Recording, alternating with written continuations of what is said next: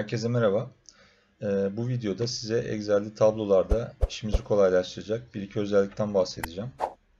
Birincisi özel yapıştır, Paste Special. İkincisi devrik dönüşüm, Transpose diye geçiyor İngilizce'de. Özel yapıştırdan başlayalım. Özel yapıştıra nereden ulaşıyoruz? Giriş menüsünde yapıştır ve özel yapıştır.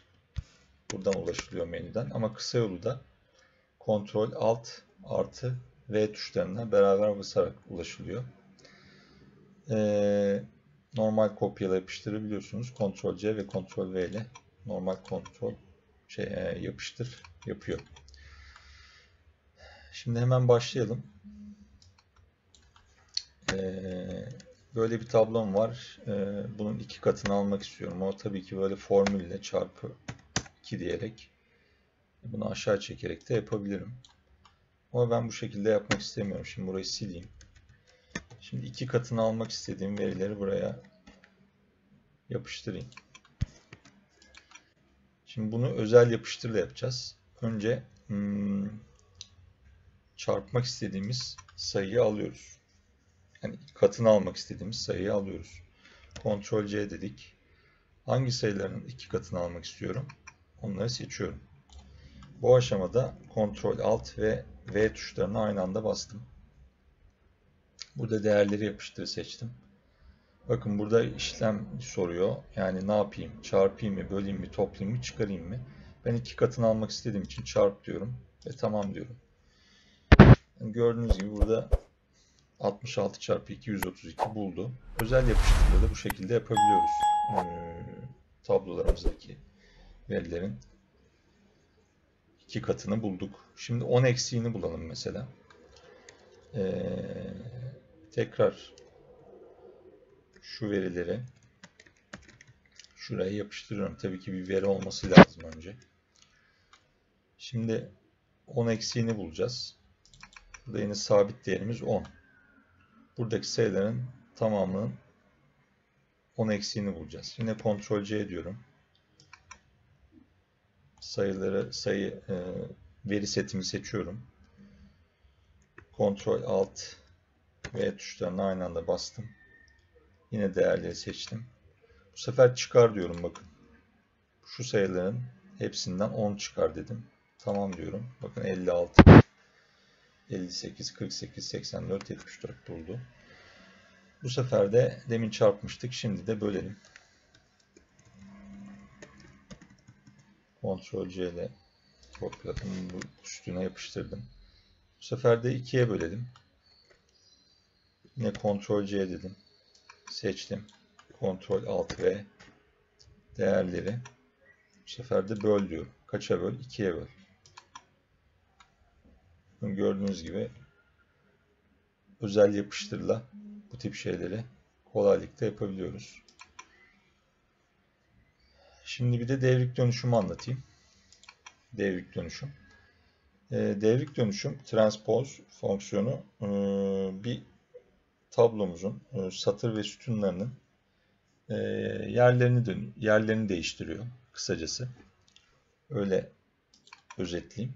Örnek üzerinden de zaten şimdi göstereceğim. Şimdi böyle bir tablomuz var. Bu tablomuzda şunu şöyle biraz aşağı alayım. Burada çalışacağım çünkü.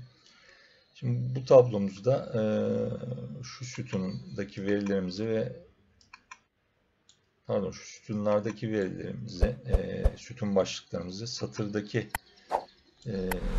başlıklarındaki verilerle değiştirmek istiyorum. Bunu nasıl yaparız? Yine özel yapıştırı kullanabiliriz. Nasıl yaparız? Hemen şöyle seçtim tabloyu. Bu şekilde de seçebilirim. Biliyorsunuz Ctrl yıldızla da kısa yolu tablo seçilebiliyor. Veyahut da Ctrl A ile o da seçilebiliyor. Seçtik.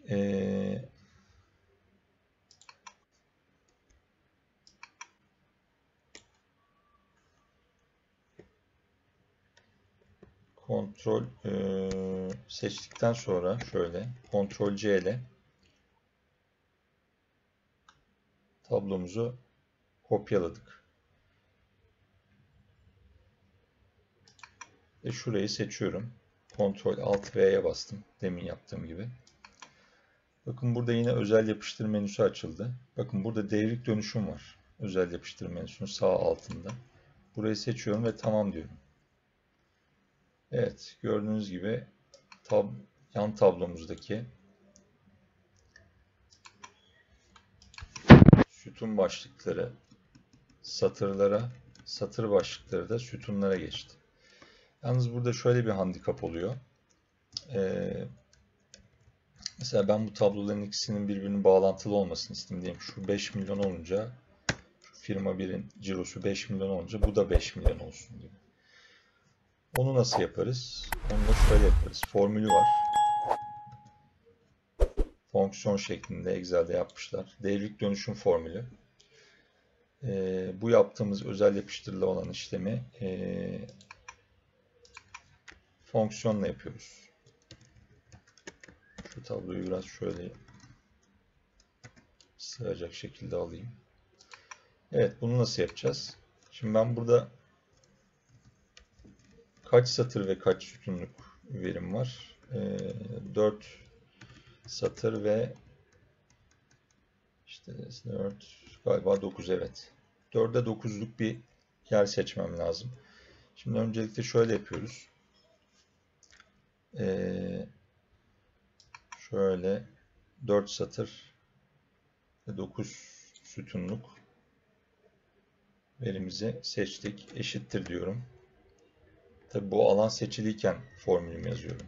Devrik dönüşüm. Parantez açtım.